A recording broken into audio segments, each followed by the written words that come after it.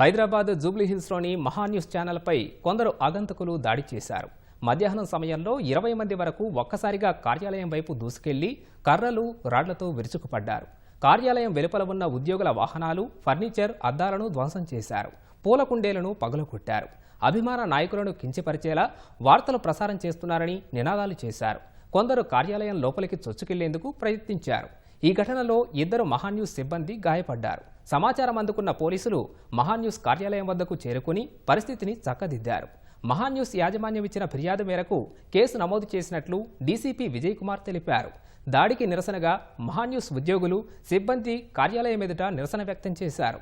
ఓ రాజకీయ పార్టీకి చెందిన వారే కార్యాలయంపై దాడికి పాల్పడ్డారని మహాన్యూస్ చైర్మన్ మారెళ్ల వంశీకృష్ణ ఆరోపించారు. వచ్చినటువంటి వాళ్ళు నేను ఖచ్చితంగా వాళ్ళ నిరసనని, వాళ్ళ ప్రొటెస్ట్ ఏదైనా ఉంటే నేను స్వాగతిస్తాను. ఇది మా దగ్గర ఉన్నటువంటి స్వేచ్ఛ. డిబేట్లో నేను కూర్చోబెడతా, వాళ్ళ వర్షం వినిపిస్తా.